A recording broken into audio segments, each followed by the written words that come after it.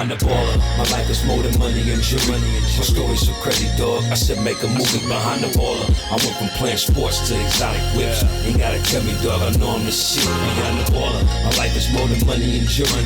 My story's so crazy, dog. I said make a movie behind the baller. I went from music exec to this podcast. Now I finally feel at home at last. Behind the baller. Yo, happy Valentine's Day, BTB Army. Yo, my voice is a little fucked up, but it's all good. Today is Love Day. So we are going to spread some love. It is the BTB way. You know what I'm saying? It's Monday, but it's Valentine's Day, y'all. This is the world famous Behind the Baller podcast, coming to you live in 8K high Doge finishing sound.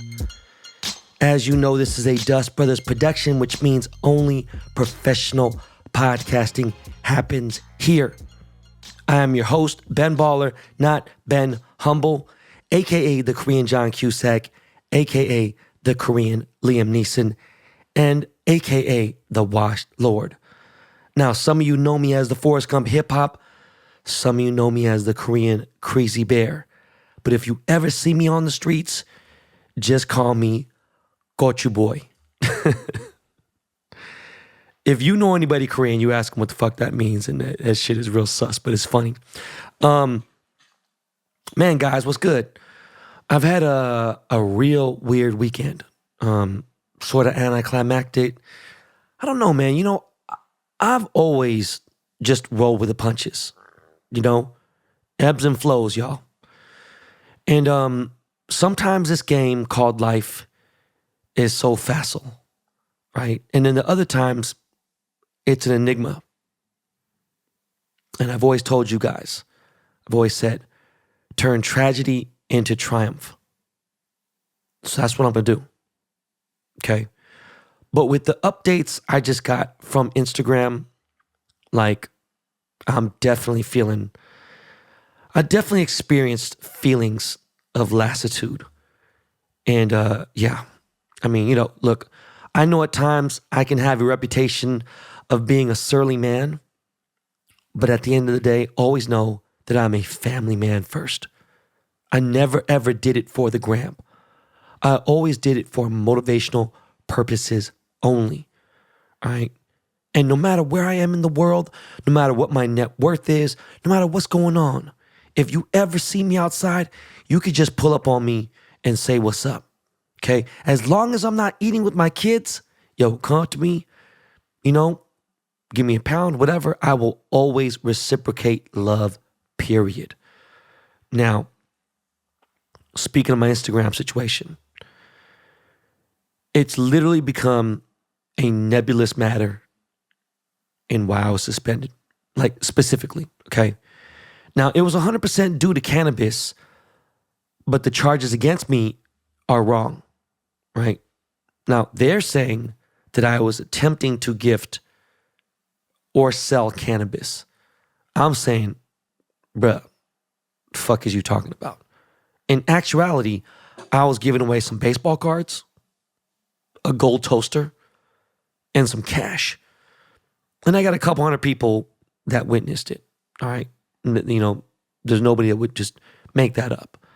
Never weed. Never am I giving weed away. If anyone at Facebook understood how the cannabis business worked, they would know you just don't give weed away.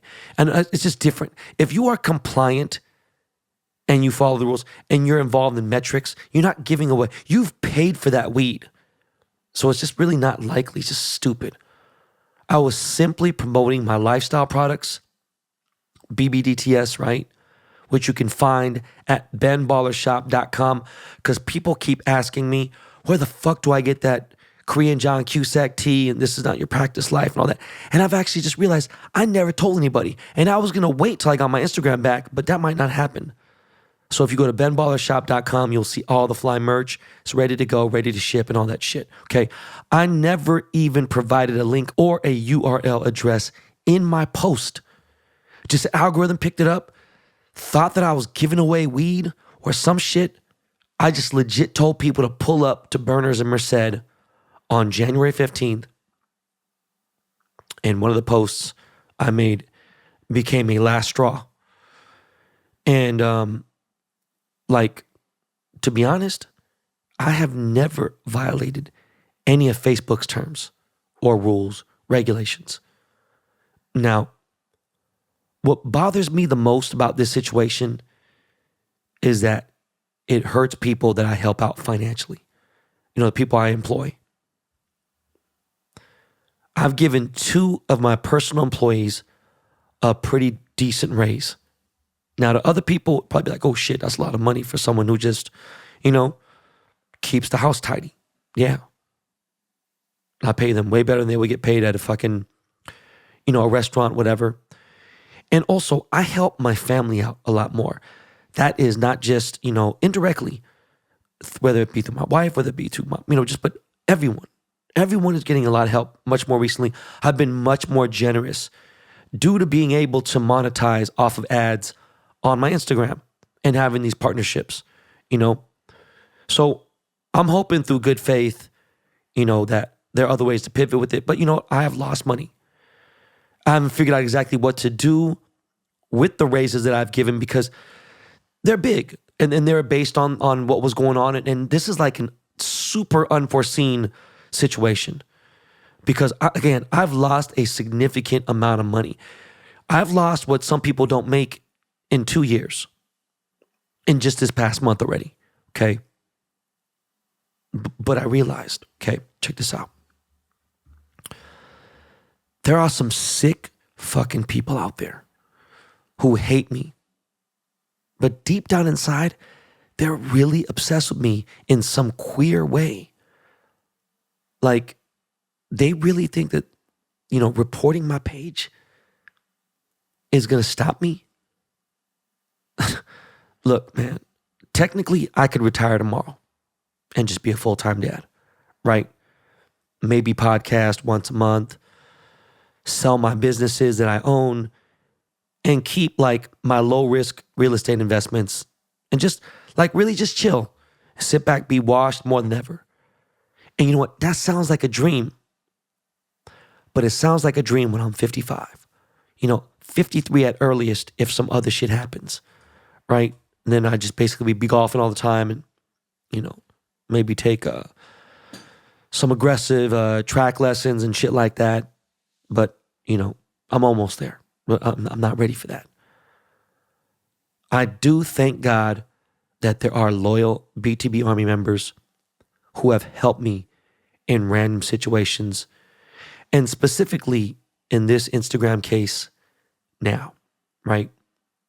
And I assure you, the payback will come back to them tenfold. Now, I have never dealt with this type of blowback from such a minor thing,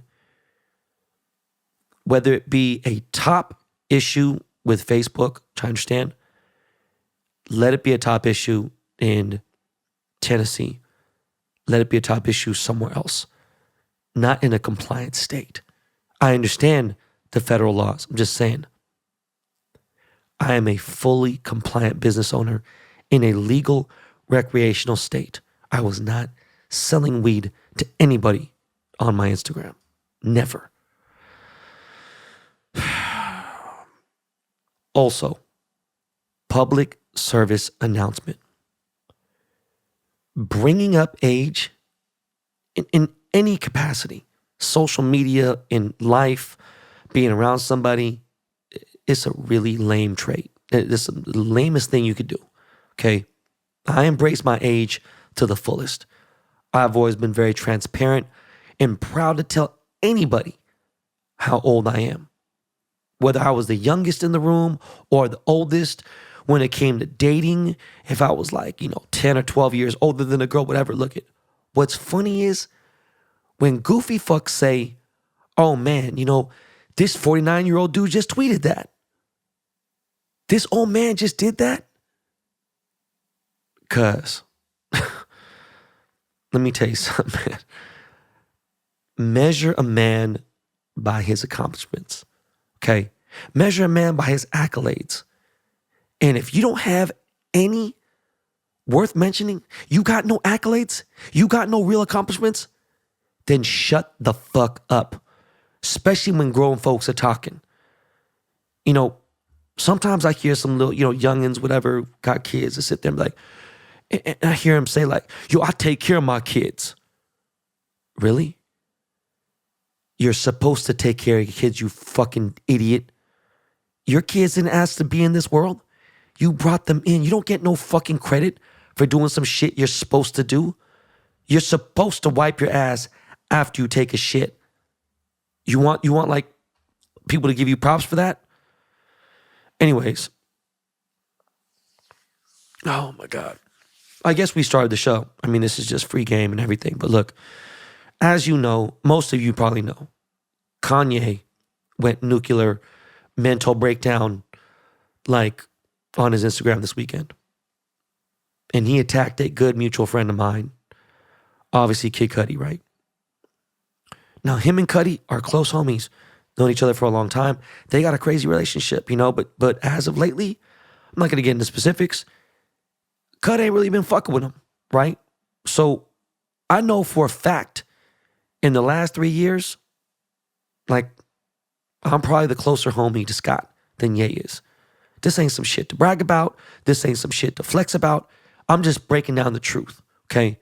It's just such a different friendship that we have because where I am in my life, the discussions that we have, the substance of the talks that we have, and mostly because where I am currently as a father and a husband. And it's something he's always told me. He's like, yo, bro, I would love to have that life. It's just not there for me. And I'm like, bro, it'll come when it comes. But also the fact that we're both Aquariuses, born a few days apart. So, our moons, and be like, oh, the astrological shit, it's deeper than that. I ain't talking about some American shit. I'm talking about if you look at it on an Eastern level, like an Asian level, how deep the moons, the signs, it's real similar. Now, I've also brought, without any influence, no push or nothing, I brought a new business manager to Cudi's life. And Cudi's like, yo, this dude's changed my life. He changed my life too. So I'm like, yeah, man, you see a big difference? All right, cool. I'm happy. We don't talk about Cud's business or nothing, right? My business manager, Suleiman, is actually super hyped that, I brought Cudi to him. You know what I'm saying? But anyways, I talked to Scott after all the bullshit, and it's all fucked up. And like, Scott just got back from Paris. He was working on his new shit, you know what I'm saying? And like, I don't want to get specific because, he's weird about like leaking information. But I'm just talking about the situation. Bottom line, Scott really stays out of folks' business, okay? And he told me, he's like, yo, I've actually never been on your side of the fence, meaning like me defending him and in that situation where like, you ain't say shit about me, but I'm going to defend him. But he said like, Ben, because he FaceTimed me, we were talking, had a deep talk. He's like, had this been me in your shoes, I would have said the same thing. And what's really funny was I knew Kanye was going to see my tweets because he stays on social. And lately, like, he's just on his phone like crazy, right? And my homie, Scott Venner, he hit me up and he's like, yo, crack some jokes, you know what I'm saying? We had some inside shit that we always talk about. But because the fact that Scott has a show with Pharrell, right? And him and Pharrell close, and Pharrell and Kanye are close, he's like, yo, man, I can't say what I want to, you know what I'm saying? And Scott, for the most part, is not going to hold his tongue. Now, sorry, there's two Scotts here. I'm talking about Scott Venner right now, not, Scott, Kid Cudi Scott.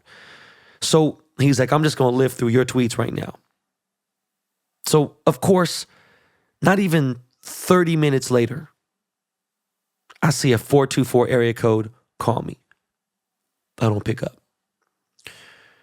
Text message comes in, and I'm like, oh, this fool done changed his number again. Or maybe hit me from a trap line. I don't know. And I'm like, who's this?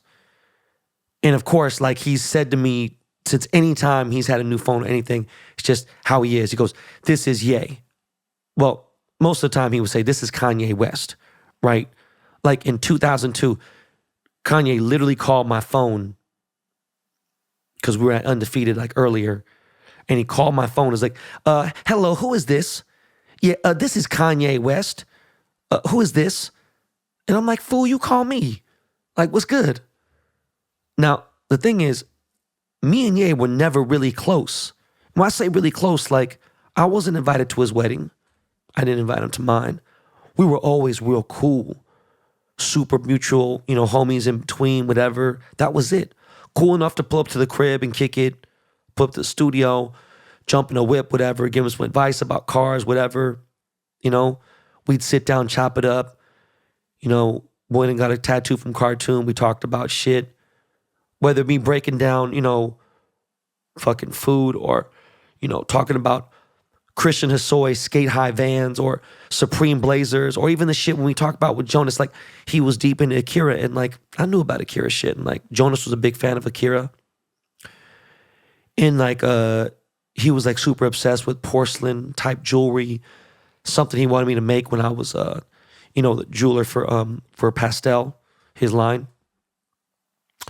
But this time I'm like, yo, what's good? Right? He's like, yo, this is Ye. I'm like, what's good? And he's like, you ain't have that type of energy when I seen you the other night. And I said, Ye, where are you at? Like right now. I will pull up on you wherever you are. And I wrote, all my kids, I don't give a fuck who you got around. Give me your location. So I was ready to go and slap dude and hopefully maybe get some sense out of dog or have a real conversation with him. I don't give a fuck who the fuck he was with. So, I'm leaving my store hoping he didn't hit me with the location.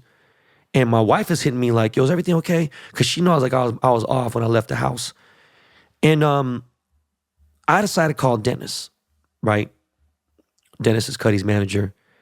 And he's like, yo, Ben, look, delete your tweets, dog. And I'm pretty sure they didn't want Scott to reply to him, whatever. I thought it was funny. I want Scott to keep going, you know what I'm saying? Because I'm petty as a motherfucker. But, Dennis is like, yo, you should delete your tweets, dog. Just ignore dude, you know what I'm saying? He's probably going through something. You can't react to Ye like this, dog. Something's obviously up. So I was like, let me see what's up, man.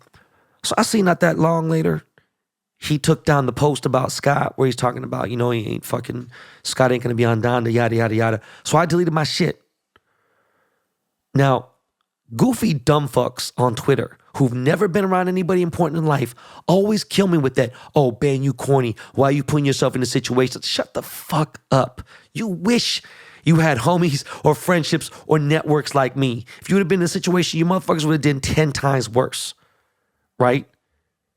Now, what's funny is ASAP Addy, ASAP Ant, was like, Ben, really, dog? You said this shit on Twitter? Come on, dog. Like, you could have said this shit in public.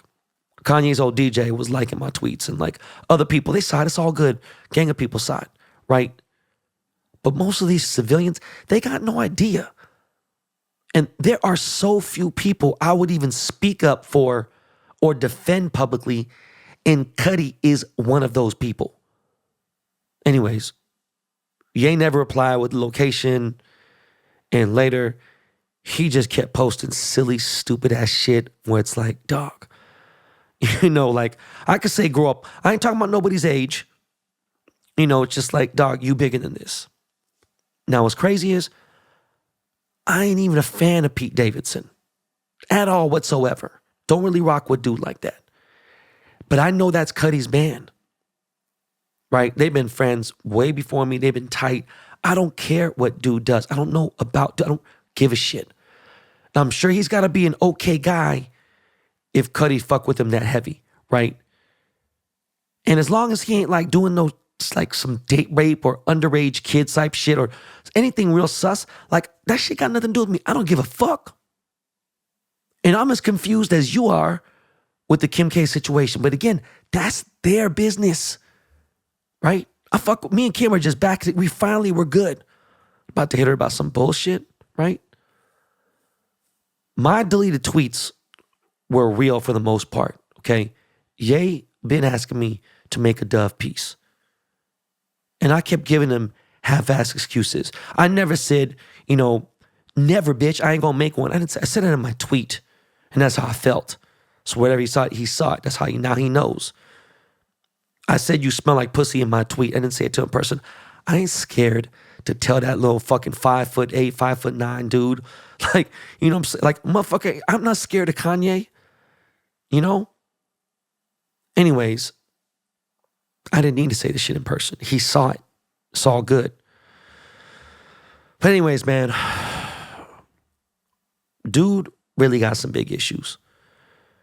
And it's sad because, like, his kids are my kids' age.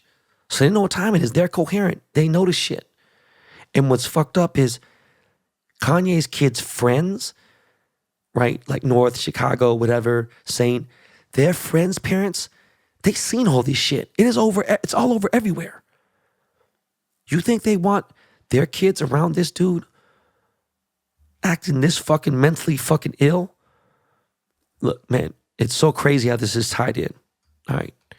I remember a few years ago when I was defending Rob Kardashian, when he was going to war with Black China. I said what I had to say, right? Kim was like, you know what's crazy? Kim told Rob, she's like, Ben was the only person out of your friends that stood up for you. You know, and I had a big platform, of course, you know, whatever. And I said what I said. And I made the news, right? Because I went at her attorney, Lisa Bloom, all that bullshit. And I remember dropping off my kids, London and Ryder, to school. And the principal of the school said, hey, Ben, I saw you on Yahoo. You know, your name was in the news. And I ain't gonna lie to you, I was low-key embarrassed. For them, for me. So I knew from that point, I was like, you know what? I really gotta word my shit differently. Doesn't mean I can't defend Rob. It just was saying, I gotta really word my shit differently. Anyways, congrats to the Los Angeles Rams. This whole week has been NFL shit. It's crazy. This championship win will now bring more LA-born fans to their fandom. And look, legendary Rams running back, Eric Dickerson, he said this. No joke, he said this. LA is not a Rams town. It's not the same. Rams fans don't run this town. LA is still a Raiders town. And all I gotta say is that's facts. If you live here and want to jump on this Rams bandwagon, it's not really a bandwagon. You know, even though I'd never jump, I got no interest, I don't fuck with the Rams at all. But because LA didn't have a team for 25 plus years, by default, it's understandable. Now, this is where we need to talk about this, right? The definition of a bandwagon fan is a guy who runs on a team he didn't root for prior to their championship. And when they just won the championship, he's all fucking rah-rah about them, right? He was rooting for another team, and then boom, this motherfucker might even jump from team to team that wins a different squad every year if they win without any loyalty. Now, unless you are a stupid, dumb, imbecile, sperm-drinking son of a bitch, never will a person who decide to rock with a team in a city he moved to, started a business there, while that team was in a losing season, and then later won a championship, okay, would that ever be considered bandwagon?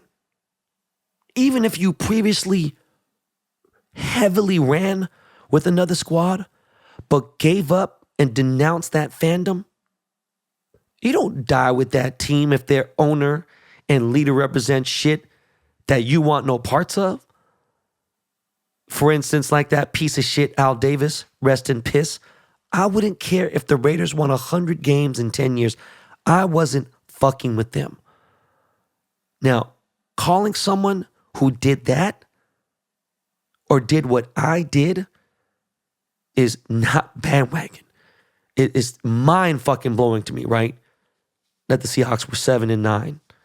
You know, pre-Russ Wilson.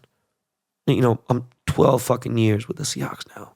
It's like, dog, it ain't no bandwagon.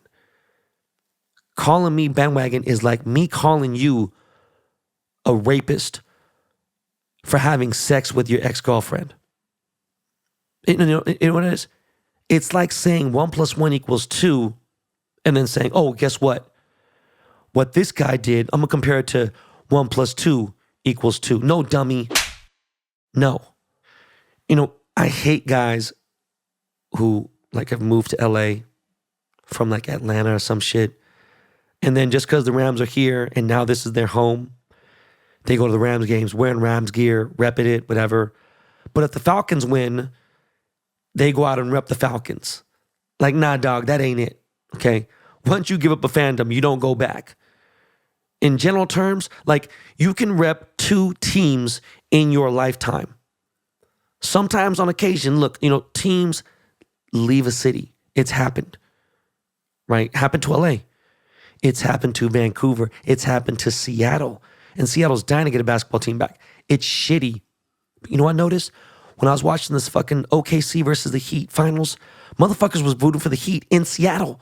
I was at Joey's. I was like, wait, so what the fuck's going on here? Because my father-in-law, he was a Sonics fan, dead ass, and he started following OKC. Then it just all like fell apart, People in Seattle didn't fuck with OKC in general. Do you get what I'm trying to say to you? Like, it's a different thing. Like, if you are a Knicks fan, if you're a Jets fan and your team is just miserable here, that's too bad. That's what it is. Ain't really been no controversy like that, But like with like the Raiders or like the Knicks, you got an owner like James Dolan. All right, dog. Yeah, dog. I understand it. I understand why people get with their fandom, jump on the Brooklyn Nets, whatever. That's understandable.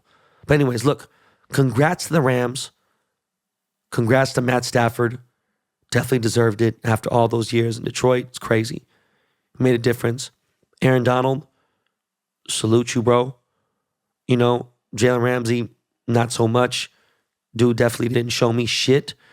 Cooper Kupp, 5 minutes left in the game. He had 50-something yards.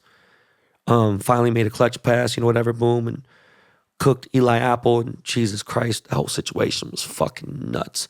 But the game was much closer than anybody wants to actually admit, all right? So give Cincy their propers. Joe Shiesty is going to be a star in this league. There's nothing you could do about it. He's already done more than anybody has in that franchise in the last 30-plus years. So salute to the Bengals, man. What else, man? Forgot to mention. Had a PML drive, private drive. 15 cars, 15 super lit tastemaker level whips, from Rolls Royce to fucking Lamborghinis. I brought the Senna out, Destroyer. Did this event for Bridgestone, pulled up to Auto Conduct. Obviously, this was a PML event. For those of you who are new here, PML stands for Platinum Motorsport Lifestyle. My crew, my car clique. Pulled up, and fucking Roger Penske was there. Super fucking legend. Got to chop it up with him. He was checking out the Senna. We were talking. He showed me the new Porsche hypercar. That shit was motherfucking sick. So look, at this point, fuck Pirelli, not rocking with him. Bridgestone got some new heat. I might be rocking with them. We'll see. But yeah, man. I was gonna actually try to do something different, but I just love saying Miles' name. So, yo, Miles. Let's cut to a commercial. And, yeah, there you go. I don't got to say shit. See, I already got the music laid, All right, let's get these commercials out of the way, and we'll be right back with more BTB.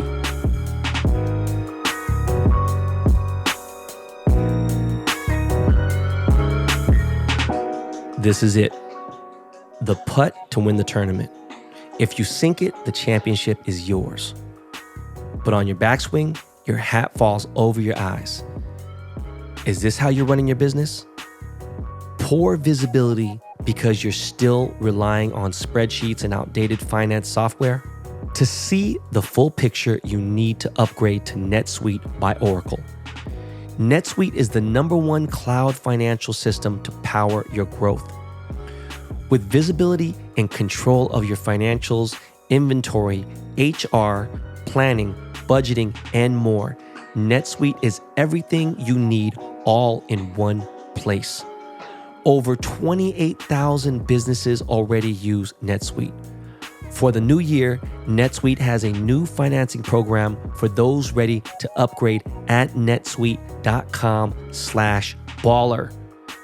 Head to netsuite.com/baller for this special one-of-a-kind financing offer on the #1 financial system for growing businesses.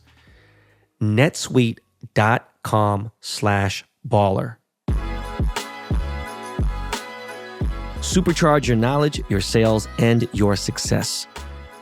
Shopify gives entrepreneurs the resources once reserved for big business, so upstarts, startups, and established businesses alike can sell everywhere. Scaling your business is a journey of endless possibility.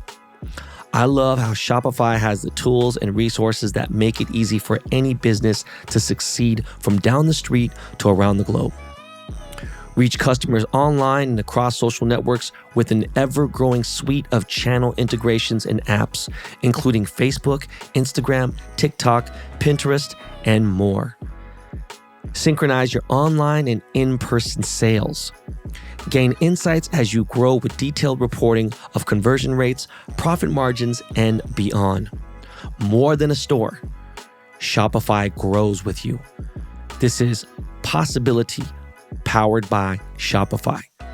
Go to shopify.com/baller, all lowercase, for a free 14-day trial and get full access to Shopify's entire suite of features.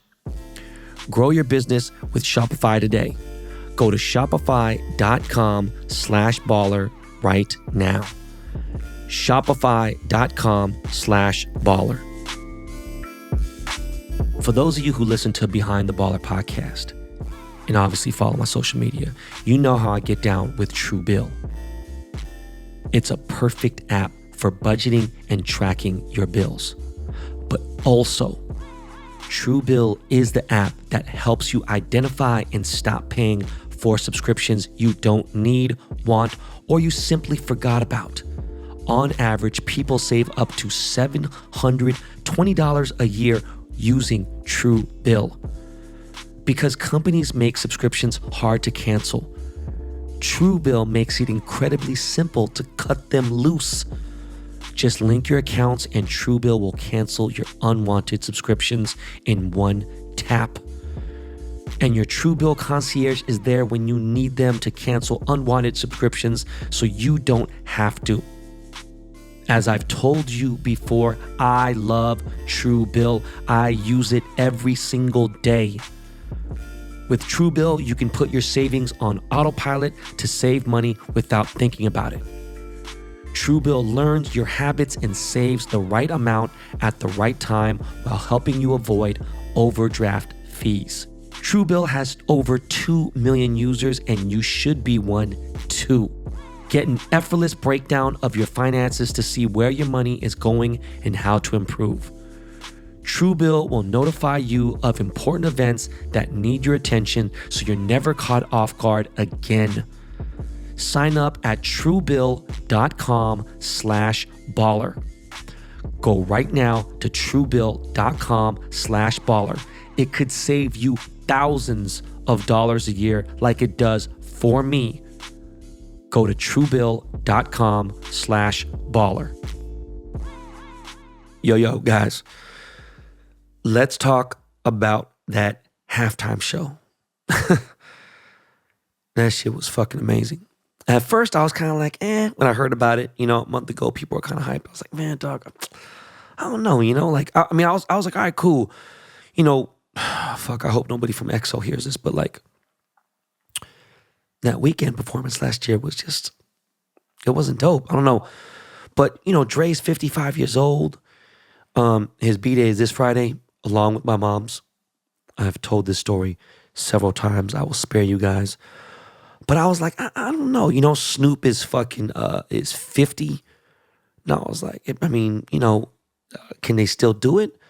But as the day, as the Super Bowl, got closer, like day before Super Bowl, I was like, oh shit, okay. Heard Dre talk and I was like, look, man, I think this motherfucker might be right. And then I was like, this show might be lit, right? Seen some of my homies that I know through cartoons, that I know from Cocky Riders, homies who I know who own lowriders. And they're talking about pulling up SoFi. And I was like, dog, of course. We gonna make this West Coast as fuck. And they're a part of the show.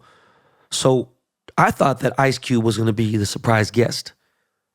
But instead it was 50. And you guys know how much I love 50 Cent. But 50 Cent was definitely the weakest part of that show. Like, dog, I thought fuck.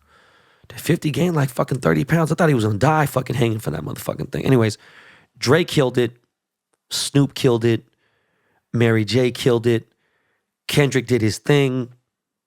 Eminem fucking, oh my God, he killed it. But I was so happy to see my little partner, my boy Anderson .Paak on the drums. He was so happy. Like, fuck. Now, I didn't even notice right? I didn't notice Marshall had kneeled down, and, showing love to Kaepernick, right? But it is Black History Month. But again, I wasn't paying attention to M's knees. Shit. I was checking out those fucking Eminem edition Fire Red Jordan 3s. Now, they need to drop Fire Red Jordan 3s again, but the fucking Eminem edition, I can't imagine.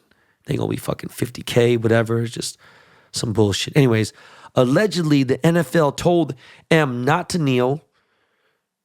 They told Dre not to say the line, still not loving police. And guess what? Neither of them listened, neither gave a fuck. So I applaud my old homies, you know what I'm saying? And look, if you're a new listener on here and you haven't heard the K-Town Hustler Series eps, please do, because I don't want to explain my affiliation to Aftermath Entertainment anymore. So many people have no idea that I did have a major career before I became a jeweler. But that show was fucking dope as fuck. Made me proud to be from LA. Brought back memories of the Still DRE video. Won't even get into that now. I wish I mentioned it in K-Town Hustler Part 2. I should have. It's too late for that now.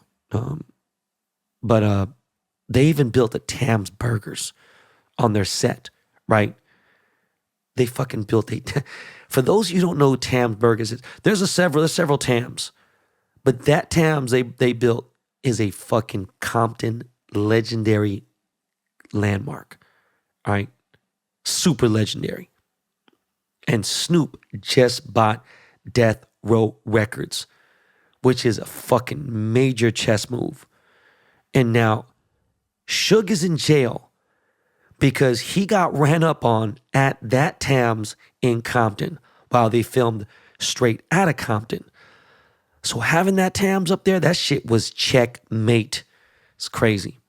Now, as for the commercials, they sucked, right? I was hyped for Jurassic Park because the OGs are back, including Jeff Goldblum. Ryder and London are huge, enormous Jurassic Park fans. I cannot wait to take them into the theater to watch that shit. I would love to watch it in the man cave.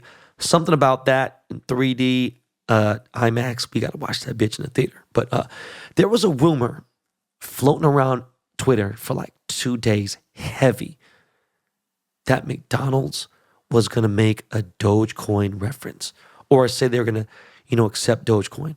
And the Doge community was hyped as shit. They were going crazy. I'm like, yo, what the fuck? You're like, where you guys getting this from? Because McDonald's was saying we got something big coming, blah, blah, whatever. And instead, they blew their wad on a Kanye West cameo. Like, they had a chance to do something epic with Elon, blew it. And then the Kanye West cameo. Look, honestly, if you people see like what the reaction was, nobody gave a fuck. Nobody cared. All right. I love McDonald's, but they are really missing their marks. Okay. That shit was not it. What fucking awful timing too, right? Like I'm just thinking about it. Like Kanye's like fucking pathetic right now. It's just saying the craziest shit. Like just imagine having all that money in the world and still not being able to get what you want. Like Kim and his kids back. Like it's crazy. A lot of homies of mine were talking in a group chat and shit. They're like, yo, they think that Ye was going super hard to try to get some shine this week or Sunday because he was jealous of Dre and Snoop doing the halftime show. And I'm like, thank God Kanye didn't do the halftime show. And this whole Billie Eilish shit with the fucking Coachella, like, dog, stop it. Just know if you put Travis Scott on stage there, he will get sued and never, ever be able to fuck it. Because, by the way, if Travis wants to perform at some small club, they can't do it because they don't have the insurance. You know what I mean? That's literally what the level is of what this is now. And I'm glad. Look, I hate Billie Eilish. But what she said was true. So I think that was funny. I don't know. But, by the way, so Doge did get a subliminal mention from a crypto ad company. Not going to say the crypto ad company's name because I'm not about to drive traffic to that fucking piece of shit fucking whatever site. But speaking of crypto, guys, I did a dumbass thing this week. Stupid as fuck.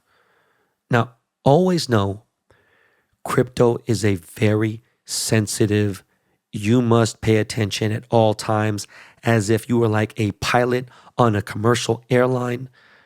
Now, I sent some WETH. That's WETH. That's wrapped Ethereum. I sent wrapped Ethereum to my Ethereum wallet before swapping it from one platform to another, okay? So that shit is sitting in limbo as we speak right now in a crypto wallet that the exchange owns. And I can see it thanks to Etherscan. Now, the platform that I have my crypto wallet on, one of them, they don't support WETH, wrapped Ethereum. So after talking to the customer service of that receiving platform, they were able to figure it out. They're going to send it back to the return to sender. I was able to pay a small fee. And that return to sender is actually me, of course. So when I get it back, I'm going to unwrap it, swap it to ETH, and then send it to my ETH wallet. Very small fee, $155, whatever. But for a minute, I was talking to my boy, and I was like, shit. He's like, that shit might be burned. When something's burned, it's like literally, think about it, just disintegrating in the world, and that's it. Your money's gone.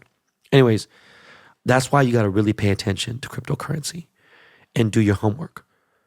My boy, Billy Marcus, co-founder of Dogecoin, he has helped me out tremendously, right? And I think he's going to come back on the show really soon. I might even get him on this week for episode 250. But yeah, crypto has kind of stabilized this last week, so I'm chilling. I got all the faith.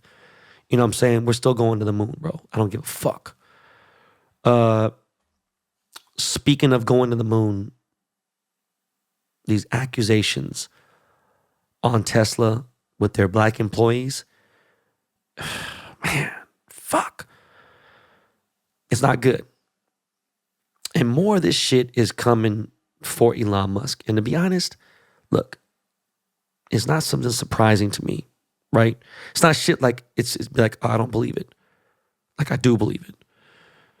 So it makes it tough to support Tesla.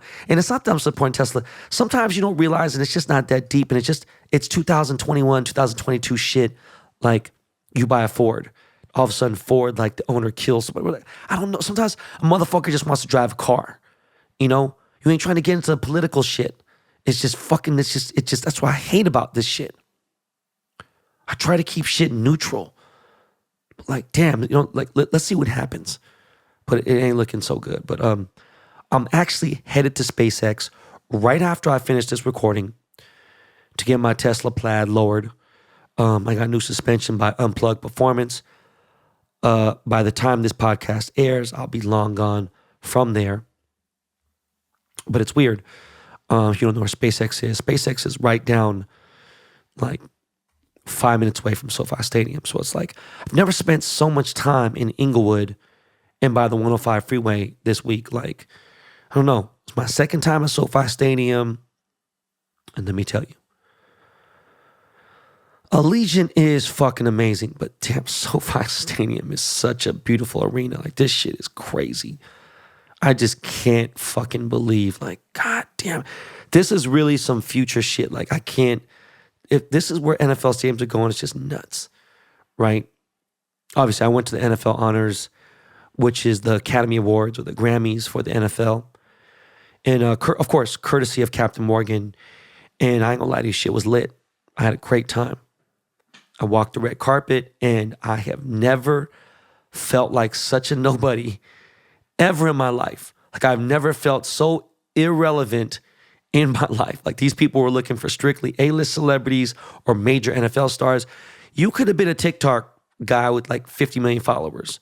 Like maybe Jake Paul they would have fucked with, but if it was like some of these other guys, they would never know who the fuck it was, right? And I didn't mind. It's all good. I was there to do press for the NFL Fan of the Year chain, which I made, and I'm very proud of.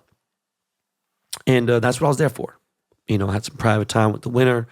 We got to do some press, take pictures.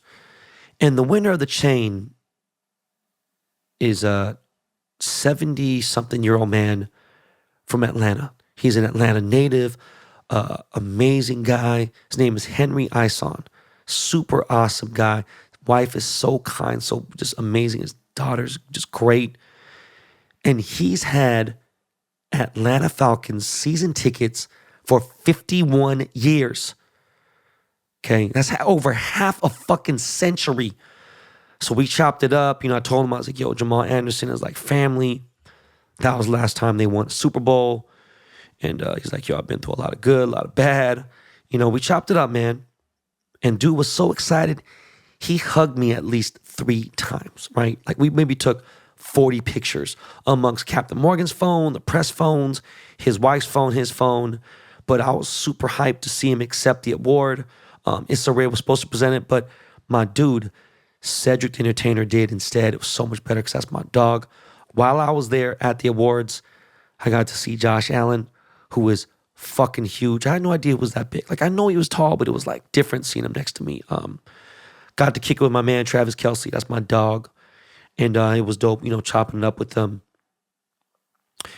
Keegan was actually kicking some funny-ass jokes. He went ruthless. He said some funny-ass shit. In fact, during the commercial break, you guys couldn't see this. If you guys watch the NFL Honors, he said, we're about to announce the NFL Hall of Fame nominees. And they're in this area right here with the guys with the tan jackets. Now, if you are sitting next to these people, just know you're going to be on national television. And now, this is a good time for you to get up and leave if you are sitting next to somebody or you came here with somebody you shouldn't be here with. I thought that was fucking crazy because 2 people got up. 2 people got up and left. I was like, oh shit. You know, these big award shows, they got seat fillers anyways. TJ Watt, fucking monster. Dude is the size of LeBron. Like, he's fucking huge. I got to briefly meet Russell Wilson for the very first time. It was pretty dope. I told him I was a 12, and he's like, I know. So that was kind of like, you know, refreshing. It was pretty dope. Ciara looked amazing. Saw a ton of NFL stars. Michael Parsons, all kinds of people. It was dope. But I kept to myself. Didn't try to meet nobody. Didn't want to I was good. I got to thank Captain Morgan again and the NFL for having me. I cannot believe Captain Morgan spent this kind of money on this event. It was fucking wild. Like the level of shit that they're doing. Look, I go above and beyond for these dudes because they have my back, right? So the Fan of the Year consisted of, obviously, there's 32 NFL teams, so they pick 32 top fans, the best fans. Now, there was like 300, 350 fans from each city, each team. And then there was like a total of 32,000 fans, right? Or 35,000 fans or some shit. Anyways, again, 1 fan from each city and each team. Captain Morgan flew every 32 of them out for this event. And those 32 people got to bring a guest. So that's 64 fucking people they flew out. Not only that, they flew them out, gave them transportation, of course, full airfare, lodging, taken care of, put them in the Marriott, and gave them per diem and fed them really well. It's crazy, right? Now, I don't know if all of them got Super Bowl tickets. They got to go to parties. They got to have these events, you know, whatever. But that's a lot of people, right? Now, Henry, the winner of the Fan of the Year, he got 2 literally prime tickets to the Super Bowl. So shit, man. Captain Morgan is doing big things. By the way, Captain Morgan threw a brunch, huge party the next day at the Line Hotel in Koreatown. And I did some press there as well with my dog, Victor Cruz, and Taylor Rooks, who I want to put Taylor on the show, but I'm just like, fuck. She's done a lot of podcasts before, right? Anyways, it was really amazing. It was amazing, you know, a few days of great food, great drinks, good times. They gave me an official NFL Letterman jacket too. But when it came to nighttime, everyone's like, yo, what are you doing tonight? Like, what's good? You going to this? You going to Revolve? You going to Drake? Are you going to fucking Bieber shit? And I was like, man, I'm avoiding all that shit. Fuck all that. I had dinner at Firefly with my wife. You know, we kept it chill, kept it real, mellow, you know, did our own thing. But I heard Drake's event was cool. Bieber's event was cool. We're at the Pacific Design Center. But what's crazy is Bieber's after party was at the Nice Guy, right? And Nice Guy has been lit every day this week. And I love that place. It's one of my favorite bars in LA. And I don't even go there often, but like, I don't consider that like a club. It's like cool. But a fucking shootout happened. So it's like, I feel bad for my boy Brian, my boy John, who owned the Nice Guy, right? It's like, come on, bro, really? But yeah, Kodak Black got in a fucking fight and got shot.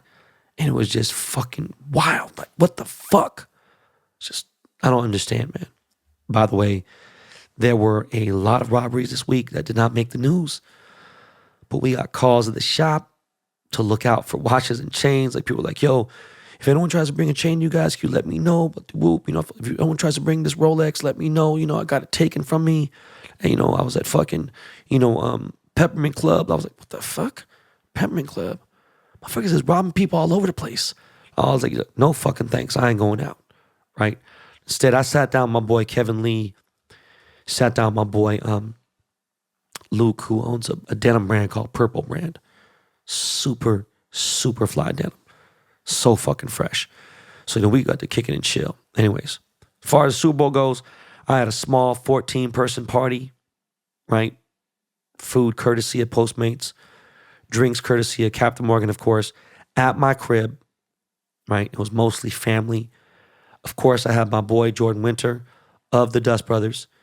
Came there with his wife-to-be. And we had a fucking blast, y'all. Right? We had a good fucking time. We always have a good time. The problem with our shit is, if we got 14 people, we order food for 30 people. And I told my wife, why the fuck we got so much food? I was already high. I was already fucking full, high, and drunk literally 10 minutes before fucking kickoff. Now, I had a question, hypothetical for you guys out there.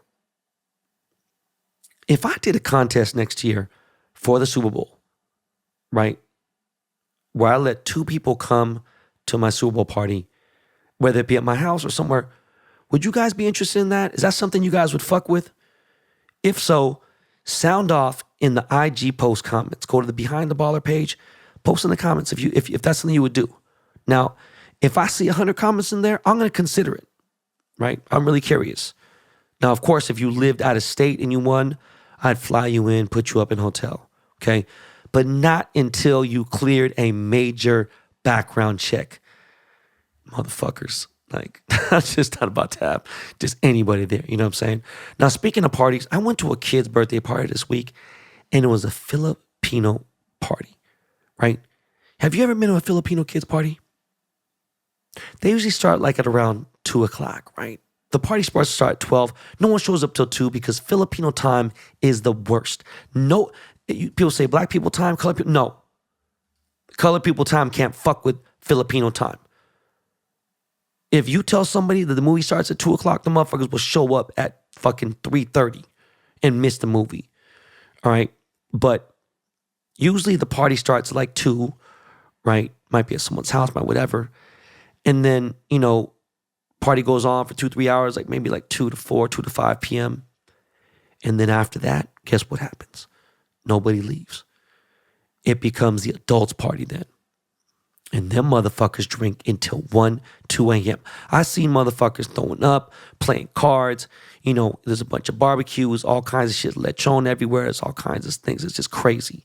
Kids up, don't give a fuck, playing basketball, acting up. Motherfuckers are shooting dice. Like, motherfuckers is gambling. People are singing.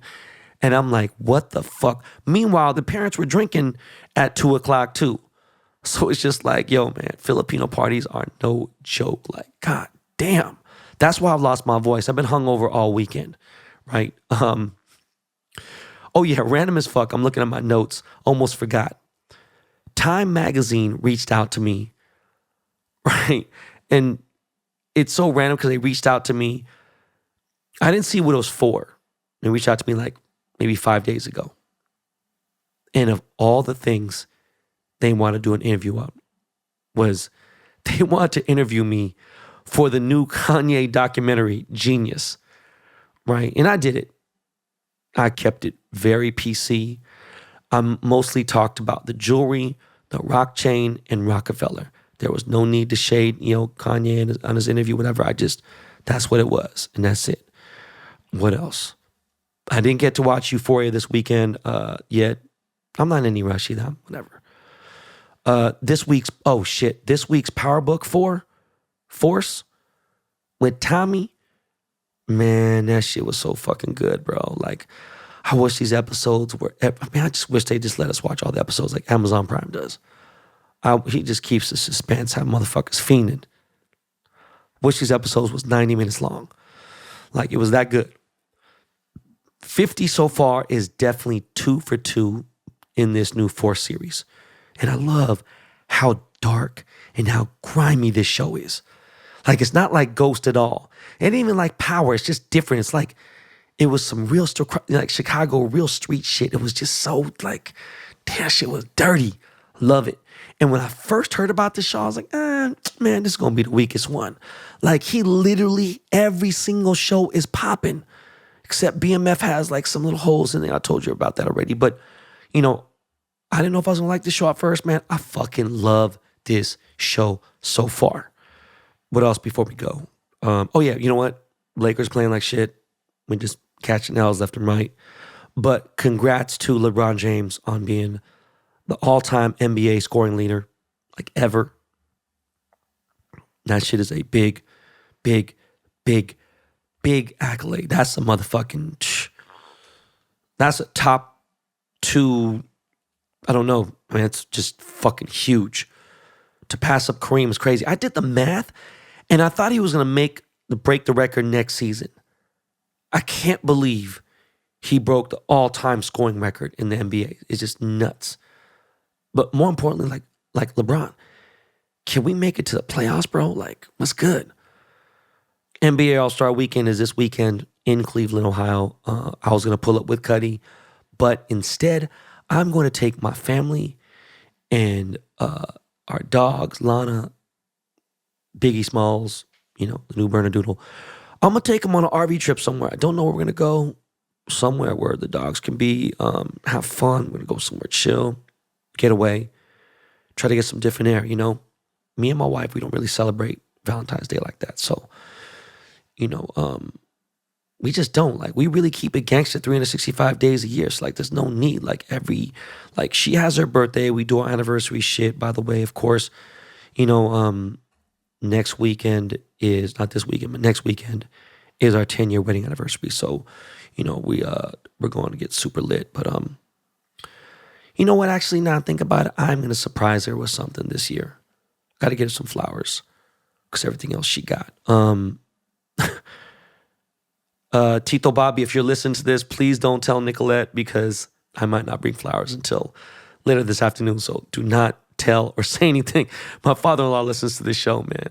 So I want to make sure because she wouldn't expect flowers from me. But anyways, that's about it. Oh yeah, you know what? Kaya got her ears pierced. And my wife took her to the mall. I could have did them myself. She didn't trust me. It's fucking crazy. But Kaya got her ears pierced. She got little diamonds. She loves it. It's fucking so cute, so hilarious. Like, shit. Like, I'm going to make some pink diamond earrings for her, some little studs. Like, maybe I might have her stunt stupid. Go like Asher cut. Maybe some pear shapes. I don't know. We will see. Ugh. Back to this, man. As for my IG, man, it's just weird. I really have, I've planned my life today and going forward without it. I've just pretty much been like, look, I really can't let this affect me. If I'm going to lose shit, I'm going to lose shit. If my Instagram comes back, cool. I'm going to obviously monetize. I'm going to do my thing. And I'm not going to post anything cannabis-wise. It's fine.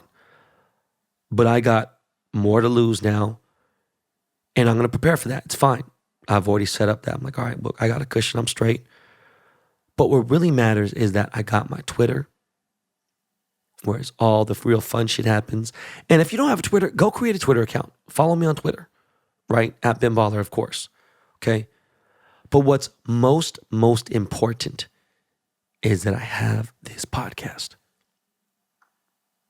Behind the Baller podcast is legit my strongest platform that I have.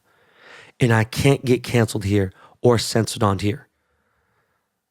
So BTB Army, I appreciate you guys more than you will ever know. Please continue to tell a friend about this show. Please subscribe.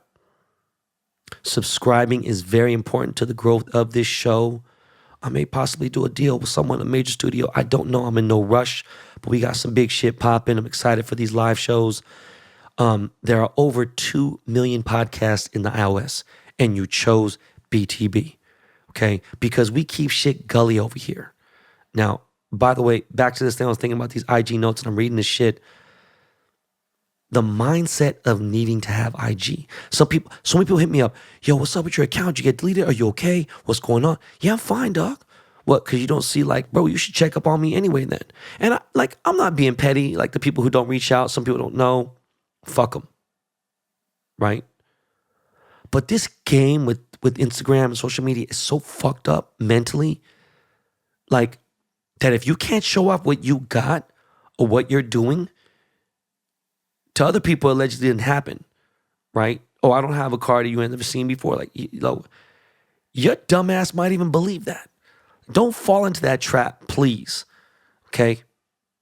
If you're a real homie, you know what's going on because you see me in real life and we actually talk, all right? All right, man. If you haven't heard my interview from my last episode with Quandre Diggs and you're a real 12, or even just a football fan, then you're missing out on my most in-depth athlete interview, okay? And I'm going to be doing more interviews, and I'm getting better at athlete interviews. I can ask an entrepreneur anything. It's easy. And plus, I be having conversations with people. I'm not sitting there giving these motherfuckers Mickey Mouse-ass questions, right? But I was trending in the Seattle sports media space, okay? Some of the most respected names reached out to me. It's sports writers, beat writers, Seattle media sport people hit me up to tell me that they thought that was an excellent interview. And that meant a shit ton to me, guys. All right. Anyways, until Thursday, I love you guys. You are all my Valentines today. Okay. God bless. I will see you for episode 250. Yo, Lakey, take us out of here, bro. All right, y'all. Peace.